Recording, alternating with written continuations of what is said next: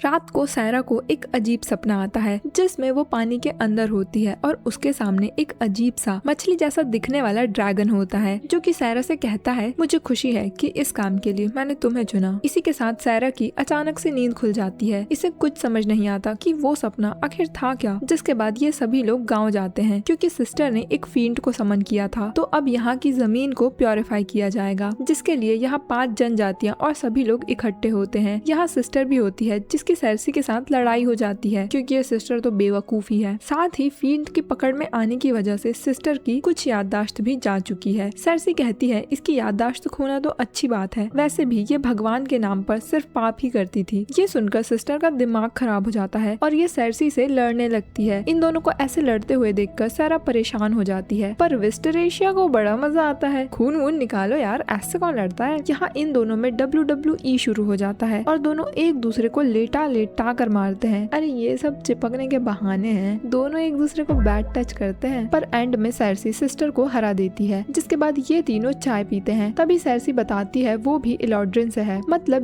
ये भी सायरा की तरह पूर्व से आई है। सरसी इससे ज्यादा इन्हें कुछ नहीं बताती। जिसके बाद ये तीनों बहनें पूजा से पहले नहाने जाती हैं। रास्ते में ये दोनों फिर से लड़ना शुरू कर देते हैं। सरसी कहती है, छी तुम सिस्टर होकर भी नहाती धोती नहीं हो, और इसने सच में 1 हफ्ते से नहीं नहाया था। जिसके बाद तीनों बहनें कपड़े उतार कर नहाने चले जाती हैं। क्या नजारा, मतलब झरने का।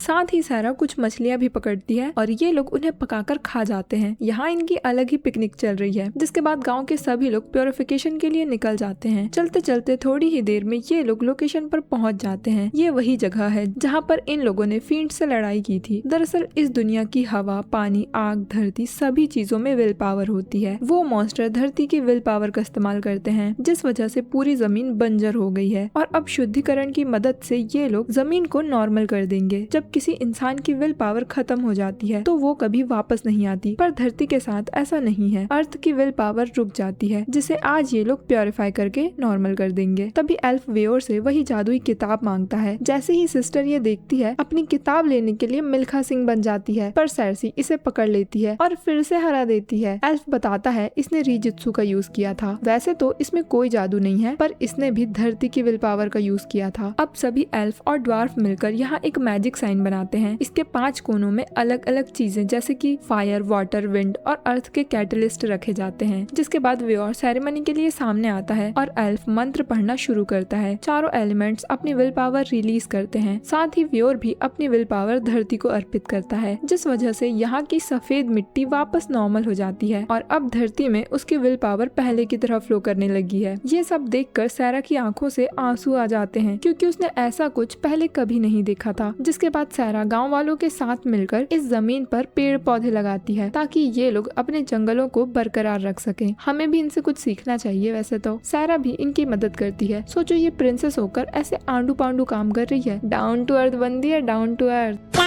तभी यहाँ वेयोर आता है और सायरा की तारीफें करता है। साथ ही ये बताता है फींट हमारी घृणा, ईर्ष्या एवं लालच का ही अवतार होते हैं, इसलिए हमें सदैव अपनी भावनाओं एवं इच्छाओं पर नियंत्रण रखना चाहिए, अन्यथा ये भावनाएं ही हमारी शत्रु बन जाती हैं। साथ ही ये एल्फ भाई बताते हैं रीजुत्सु की वजह से धरती की विल पावर यूज हो रही थी, इसीलिए बदले में धरती ने सिस्टर की याददाश्त ही मिटा दी। ये तो कम ही है, वरना धरती तो उसकी जान भी ले सकती थी। सिस्टर भी पेड़ लगाने में मदद करती है। यहाँ सरसी इसका साथ देती है। अब शाम को फ्री होकर सायरा वेयोर के साथ बैठी होती है। यहाँ ये बताती है अब धीरे धीरे इसे यहाँ के लोग, उनकी संस्कृति और नेचर के साथ का कनेक्शन समझ आ रहा है, जिसकी इसे बहुत खुशी है। अब अगले दिन सायरा विस्टरेशिया के साथ प्रैक्टिस करती है, जिसमें ये विस्टरेशिया को कड़ी टक्कर देती है। सायरा की काबिलियत देखकर विस्टरेशिया भी इम्प्रेस हो जाती है, पर एंड में ये सायरा को हरा ही देती है। तभी विस्टरेशिया नोटिस करती है सायरा के नेकलेस में मिट्टी लग गई है और ये इसे अपना नेकलेस उतार कर साफ करने को बोलती है, पर सायरा को पता नहीं था कि ये नेकलेस उतर भी जाता है क्योंकि इसमें तो कोई हुक है ही नहीं। विस्टरेशिया बताती है नेकलेस भी विल पावर से ही खुलता है। अगर सायरा इसे उतारने की इच्छा रखेगी तो ये उतर जाएगा। एंड इससे साफ पता चलता है सायरा ने कभी दिल से चाहा ही नहीं कि ये नेकलेस उतर जाए, वरना कब का उतर जाता। जिसके बाद सायरा इसे नदी में ले जाकर अच्छे से साफ करती है, पर जब ये इसे दोबारा पहनने की कोशिश करती है तो ऐसा नहीं होता। सायरा बहुत ट्राई करती है पर कुछ नहीं होता और अब ये सीधा विस्टरेशिया के पास जाती है। विस्टरेशिया बताती है ये नेकलेस ऐसे ही नहीं पहना जाता। इसके लिए इसे एक प्रथा करनी होगी जिसमें इसे वेयोर के ऊपर पीछे से पानी डालना होगा और उसकी आंखें बंद करके प्यार से पूछना होगा, कौन हूँ मैं? ऐसा करने से शायद काम बन सकता है। सारा शर्म से लाल हो जाती है कि ये क्या फालतू सी प्रथा है इनकी, और उसे ये सब उस जंगली के साथ करना होगा। अब सारा सीधा नदी जाती है पानी भरने। इधर सेर्सी विस्टरेशिया को मना करती है कि वो ऐसा सारा को तंग ना करे क्योंकि ये है कोई काम का नहीं है, पर विस्टरेशिया चाहती है वो वेयोर और सारा को थोड़ा करीब ला सके, इसीलिए वो ऐसा कर रही है। और वैसे भी मुझे मरने से पहले अपने पोता पोती देखने हैं। इधर वेयोर गाँव वालों की काम में मदद करता है। तभी झोपड़ी के ऊपर से सारा इस पर पानी डालकर इसे नहला देती है और वेयोर इसे देख लेता है, इसलिए सारा यहाँ से भाग जाती है। वेयोर को समझ नहीं आता कि सारा सर्दियों में होली क्यों खेल रही है। वेयोर अपनी मॉम के पास जाता है क्योंकि इसे सारा कहीं नहीं मिलती। तभी विस्टरेशिया कहती है, भाई तुम दोनों की एंगेजमेंट हो गई है, तूने कुछ शगुन दिया, उसे गिफ्ट दिया, उसे कुछ अच्छा बनाकर खिला, तभी तो इम्प्रेस होगी वो। अब वेयोर सामान लेने जंगल जाता है। ये उसी जगह जाता है जहाँ इन्होंने प्योरिफिकेशन किया था और अब यहाँ काफी अच्छी फसल आ चुकी है। पीछे से सारा भी पानी लेकर तैयार खड़ी थी। तभी वेयोर को एहसास हो जाता है और सारा जल्दी से छुप जाती है। वो सब तो फिर भी ठीक है, पर ये पानी लेकर पेड़ के ऊपर कैसे चढ़ी भाई? वेयोर को पता चल जाता है कि पेड़ के ऊपर सारा ही है। तभी सारा निंजा हथौड़ी बनकर यहाँ से भाग जाती है। सारा पूरे रास्ते इसका पीछा करती है, यहाँ तक कि समुंदर में भी पहुँच जाती है, पर मिशन कंप्लीट नहीं कर पाती क्योंकि हर बार वेयोर को पता चल ही जाता है। जिसके बाद वेयोर अपने घर जाता है और शेव करता है। तभी यहाँ सेर्सी आती है। वेयोर इससे सारा के बारे में पूछता है क्योंकि इसे लगता है कि सारा इसे कमजोर समझती है क्योंकि वेयोर ने उसे वो नेकलेस नींद में पहनाया था और कभी इस बारे में खुलकर बात भी नहीं की। वेयोर सारा को खुद बताना चाहता था, पर विस्टरेशिया ने पहले ही सब बता दिया, तो इसे लगता है कि सारा इसे फट्टुल तो नहीं समझती। सेर्सी समझाती है उसके मन में ऐसा कुछ नहीं है। दूसरी तरफ सारा अपने मिशन के लिए सिस्टर मेल्शियस के पास जाती है ताकि ये इसकी मदद ले सके। वेयोर को नहलाने में सिस्टर मदद करने के लिए तैयार हो जाती है। इतने में सारा अपने कपड़े ही उतारने लगती है। अरे ये कैसी मदद हो रही है, गलत वेबसाइट से डाउनलोड कर लिया क्या?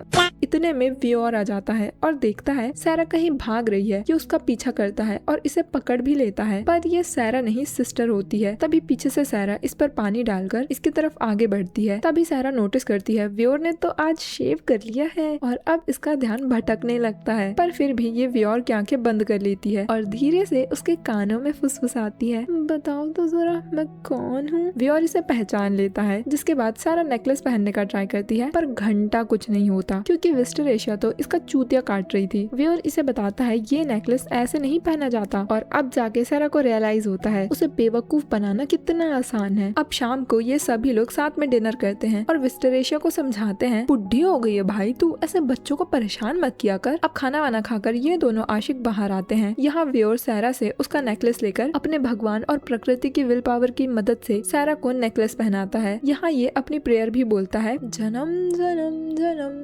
साथ चलना यूं ही, कसम तुम्हें कसम।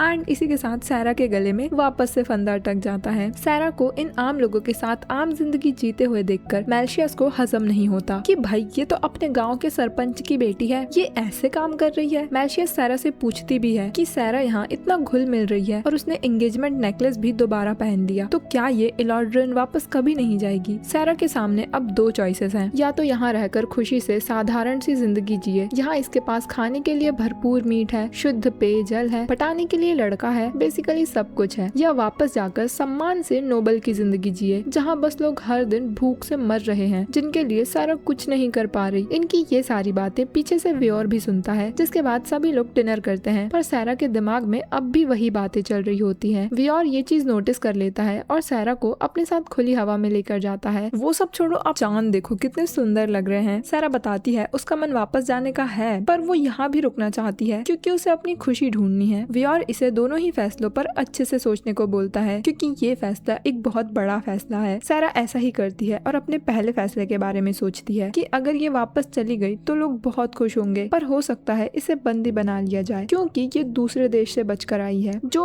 अच्छा नहीं होगा। पर अगर सारा वेयोर से शादी कर ले तो नॉटी चीजों के बाद इनके बुरे कर्मों का नतीजा पैदा हो जाएगा, जो कि वेयोर की तरह ही स्ट्रॉन्ग होगा। ये सब सोचकर सैरा के मुंह में पानी आने लगता है। देख रहे हो कैसे ठरक टपक रही है। सैरा को अब भी समझ नहीं आता कि उसे क्या करना चाहिए। व्योर इसे एक आइडिया देता है कि इसे थाईलैंड की ट्रिप करनी चाहिए, जिससे थोड़ा दिमाग तो खुल ही जाएगा और फैसला लेने में आसानी होगी। दूसरी तरफ इलॉड्रिन में सैरा के भाई मार्ग्रेव के पास एक सैनिक आता है और बताता है सैरा की बॉडी कहीं नहीं मिली, जिसका मतलब हो सकता है कि सैरा को दुश्मनों ने बंदी बना लिया हो। पर इस बहन के भाई को इससे घंटा फर्क नहीं पड़ता, क्योंकि ये तो उसे हमेशा से मना ही करता था और अब इसे बस अपनी अगली लड़ाई की चिंता है। इधर सैरा अकेले बैठकर सोचती है कि इसे ट्रिप में कहाँ जाना चाहिए, एल्फ की नगरी ढोलकपुर, या फेरिस के घर डिज्नीलैंड, या फिर नंगे पेड़ों के घर, या फिर बॉने मिनियंस की दुनिया क्वेफ्तो में। तभी यहाँ व्योर आता है और सजेस्ट करता है ये लोग क्वेफ्तो जा सकते हैं, क्योंकि वहाँ बहुत सारे हॉट स्प्रिंग है जहाँ नंगे पुंगे होकर नहाने में अलग ही मजा आएगा। ये सब सुनकर सैरा सच में पागल ही हो जाती है, क्योंकि इनके पास मीट, फसल, पानी, लकड़ी सब कुछ है। असली स्वर्ग में तो ये लोग रह रहे हैं। पर सरसी बताती है ये पूरा सच नहीं है। यहाँ बहुत खतरनाक जानवर भी रहते हैं जिनसे आम लोगों को ही लड़ना पड़ता है और उसमें उनकी जान भी जाती है, जिसे ऐसी जिंदगी नहीं चाहिए। वो बंजर जमीन में खेती करते हैं जिसका सारा अनाज टैक्स देने में ही चला जाता है और वो बेचारे भूख से मर जाते हैं। देखो, जिंदगी किसी की आसान नहीं होती, हमें बस चुनना पड़ता है कि हमें कैसे जीना है। इधर व्योर बताता है उसने बॉने मिनियन से सैरा के लिए एक हेलमेट बनवाया है, क्योंकि सैरा ने इतना महान काम किया है तो वो लोग इतना तो कर ही सकते हैं। ये सुनकर सैरा की आंखें चमक उठती है और अब ये लोग ट्रिप पे क्वेफ्तो ही जाएंगे। सैरा को खुश देखकर ये दोनों भी बहुत खुश होते हैं। तभी व्योर तेज दहाड़ लगाता है और फेरी को समन करता है। व्योर इसे क्वेफ्तो भेजता है ताकि ये पता लगा सके कि सैरा का हेलमेट तैयार हुआ या नहीं। फेरी यहाँ से चले जाती है और व्योर बताता है फिलहाल इनको समन करने का काम अभी सिर्फ ये और इसका बाप ही कर सकता है। अब क्योंकि व्योर ही अगला चीफ बनेगा तो उसके ऊपर बहुत सारी जिम्मेदारियां हैं। पर सैरा तो इसे कोई गिल्ली डंडा खेलने वाला गांव का गवार समझती थी। तभी फेरी वापस आ जाती है और बताती है इसका हेलमेट कल सुबह तक तैयार हो जाएगा। अगले दिन सुबह 4 बजे ये लोग क्वेफ्तो के लिए तैयार हो जाते हैं। अब सैरा थोड़ी परेशान हो जाती है क्योंकि इन्हें इतनी दूर जाना है तो पहुंचने में भी टाइम लगेगा। पर तभी वेर अपना खून बहाता है और समनिंग जुत्सु का यूज करके यहाँ पर एक व्हाइट ड्रैगन को समन कर लेता है, जो कि बहुत कूल होता है। और रही बात स्पीड की, तो ये 300 किलोमीटर पर आवर की रफ्तार से उड़ता है। ये लोग मस्त मौला उड़ रहे होते हैं। तभी अचानक से आग के गोले से इन पर हमला हो जाता है, जो कि इस फायर ड्रैगन ने किया था। ये ड्रैगन लगातार हमारी टीम पर हमला करता जाता है, जिससे ये लोग जैसे तैसे बचते हैं। सैरा इसका सामना करने के लिए तैयार थी, पर ऐसा करने से व्योर और सैरा तो बच जाएंगे, पर ये दोनों घोंची लोग मारी जाएंगे, इसलिए इनका बचकर भागना ही सही रहेगा। तभी फायर ड्रैगन इन पर एक खतरनाक हमला करता है, पर तभी ड्रैगन पर गोले बारूद से हमला हो जाता है, जो कि इन नन्हे मिनियंस ने किया था। ये मिनियंस ड्रैगन से फाइट करते हैं। तब तक व्योर की टीम लैंड कर जाती है, जिसके बाद ये सभी लोग अपनी जान बचाकर गुफा के अंदर भागते हैं। ड्रैगन इनका पीछा करता है, जिस पर ये ग्रेनेड से भी हमला करते हैं और मौका देखकर सभी लोग गुफा के अंदर घुस जाते हैं। पर इतने में ड्रैगन इन पर आग उगल देता है। व्योर जैसे तैसे सैरा को इस हमले से बचाता है, पर इस चक्कर में उल्टा इसे ही चोट लग जाती है। जिसके बाद ये सभी लोग गुफा से होते हुए बॉनो की नगरी में आ जाते हैं, जो कि किसी फैक्ट्री से कम नहीं लगती। ये सब देखकर सैरा के होश उड़ जाते हैं, क्योंकि उसने तो कुछ और ही सोचा था। अब थोड़ी देर में चलते चलते ये लोग हॉट स्प्रिंग तक पहुंच जाते हैं। ये पानी नेचुरली बहुत गर्म होता है, जिसे यूज करने के लिए ठंडा किया जाता है। अब यहाँ से व्योर इन लोगों से अलग हो जाता है, क्योंकि ये मर्द माथा का दर्द है। अब यहाँ आते ही सैरा अपना आर्मर और कपड़े उतारती है, जिसे ये बॉना बस देखते ही जा रहा था। ये सारे लड़के ना एक जैसे ही होते हैं। और ये हिल कैसे रहा है भाई। ये तीनों इसे चमका देते हैं कि साले बच्चे है तो क्या हुआ, लड़कियों को नंगू पुंगू देखेगा। तभी ये बॉना अपना हेलमेट उतारता है और असल में ये लड़की किमाकी है। पर इन तीनों को इस पर जरा भी भरोसा नहीं होता, क्योंकि लड़के बड़े हरामी होते हैं। एंड अब किमाकी अपनी शर्ट खोल के दिखाती है। एंड हाँ, ये सच में लड़की ही है, वो भी कोई छोटी बच्ची नहीं, पूरे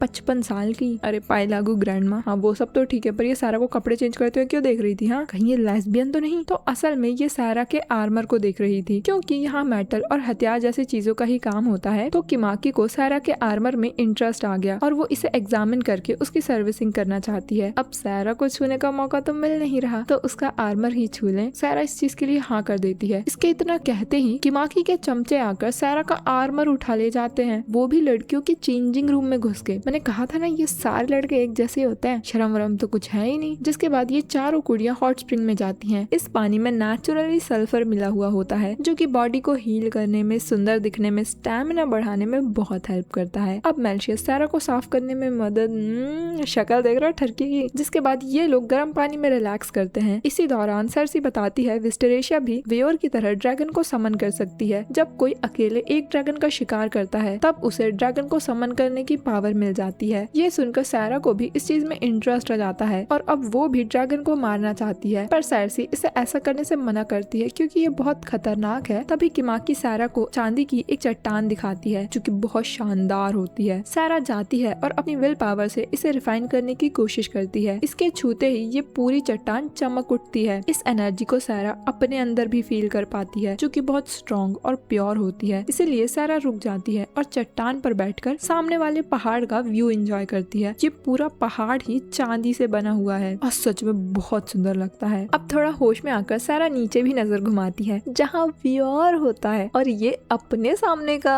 व्यू एंजॉय करता है। अब शर्म से सैरा का मुंह बंदर की से लाल हो जाता है। इज्जत पूरी उड़ गई पर ये भी मौका नहीं छोड़ती और व्योर का व्यू एंजॉय करती है। इसके आगे का क्रोम में देख लेना।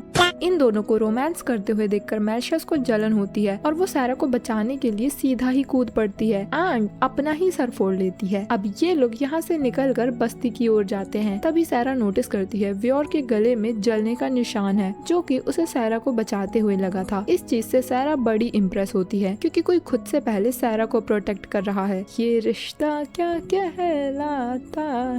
जिसके बाद किमाकी इन्हें बहुत सारा टेस्टी खाना खिलाती है जो कि सिर्फ इनके इलाके में ही मिलता है। सैरा का दिल खुश हो जाता है और यहाँ व्योर इसे अपने हाथों से खाना खिलाता है।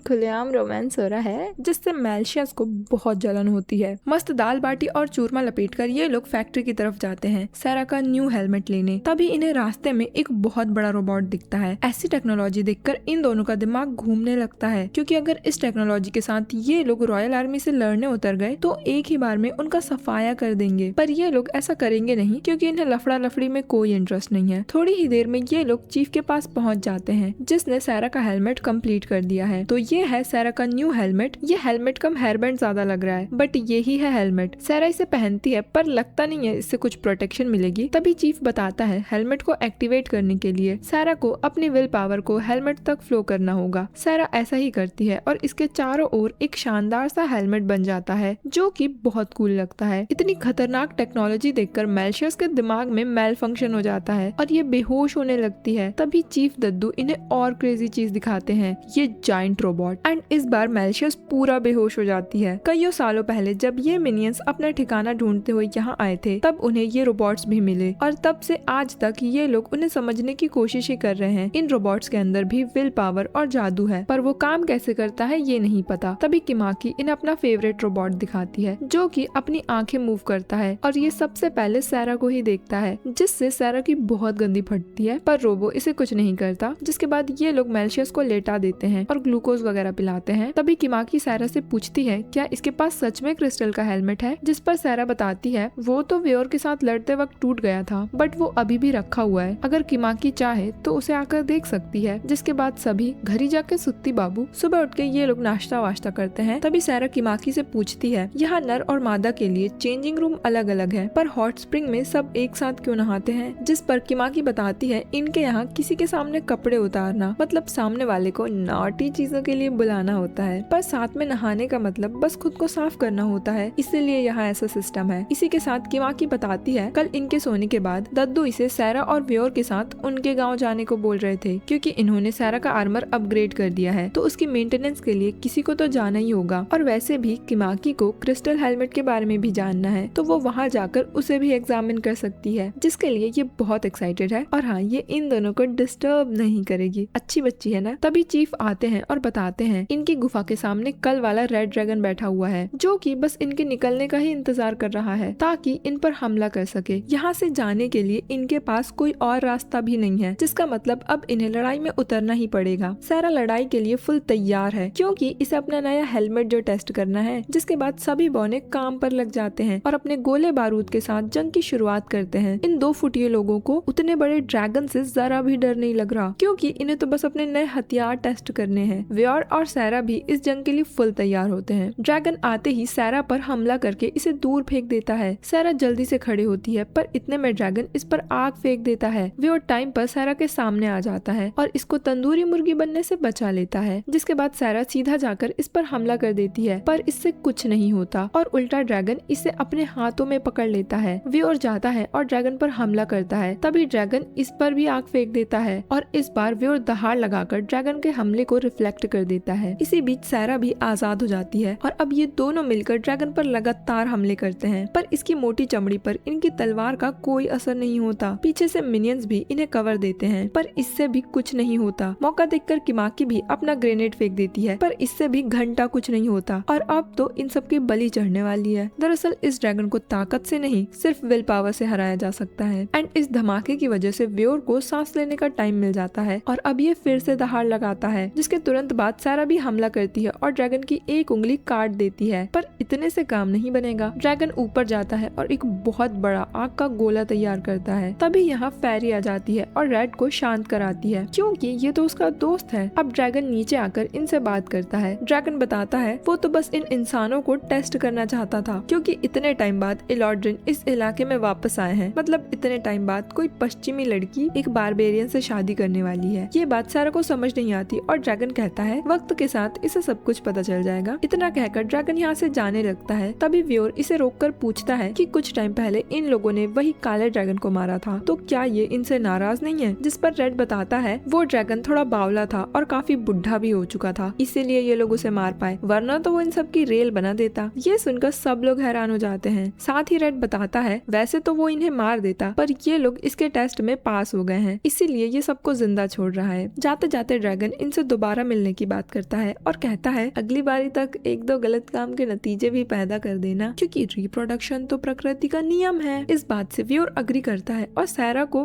मनाने लगता है कि अब हमें मेहनत शुरू कर देनी चाहिए, पर सैरा साफ मना कर देती है, क्योंकि इसे पता है सारे लड़के एक जैसे होते हैं। तभी यहाँ बाकी लोग भी आ जाते हैं और इन दोनों को ठीक देखकर बहुत खुश होते हैं। इन्हें तो यकीन ही नहीं होता कि इंसानों ने एक ड्रैगन दे नाल गल करी सी। दूसरी तरफ हम सैरा के भाई मार्ग्रेव को देखते हैं, जो कि किंग के सामने होता है। किंग इस पर भड़क रहा था कि सेनापति होने के नाते इससे एक वार नहीं जीती जा रही। इसने तो अपनी बहन को भी युद्ध में भेजा था, जिससे हुआ कुछ नहीं, उल्टा इनकी सेना ही मारी गई। किंग किसी भी कीमत में बस अपनी बहन विस्टरेशिया को ढूंढना चाहता है, जिसे उन बारबेरियंस ने किडनैप कर लिया था और इसलिए ये उनके खिलाफ जंग लड़ रहा है। इतने सालों में मार्ग्रेव का भी दिमाग खराब हो चुका है, इसलिए इस बार ये सारे बारबेरियंस को जड़ से खत्म कर देगा। इधर ये सभी किमाकी को सामान देकर अलविदा करते हैं। अपने चीफ दद्दू को बाय बोलकर किमाकी हमारी टीम के साथ उनके देश निकल जाती है। यहाँ सैरा अपने ही ख्यालों में खोई हुई थी कि उसे यहाँ 1 महीने हो गए और इतने कम टाइम में उसने इतनी सारी क्रेजी चीजें करी हैं, जो उसने इलॉड्रिन में 26 सालों में नहीं करी। यहाँ रहकर इसे समझ आ चुका है बिना लड़ाई के भी एक नॉर्मल सुकून की जिंदगी हो सकती है। एंड सैरा ने अपना सबसे बड़ा फैसला ले लिया है। वो वापस नहीं जाना चाहती। वो अपनी नाइट की पोस्ट से रिजाइन करती है ताकि वो व्योर के साथ विवाह कर सके। निकल गई लड़की हाथ से, पड़ गई राधे भैया के प्यार में। अब शादी होगी, बच्चे होंगे, जो कि आपको क्रोम पे मिल जाएगा।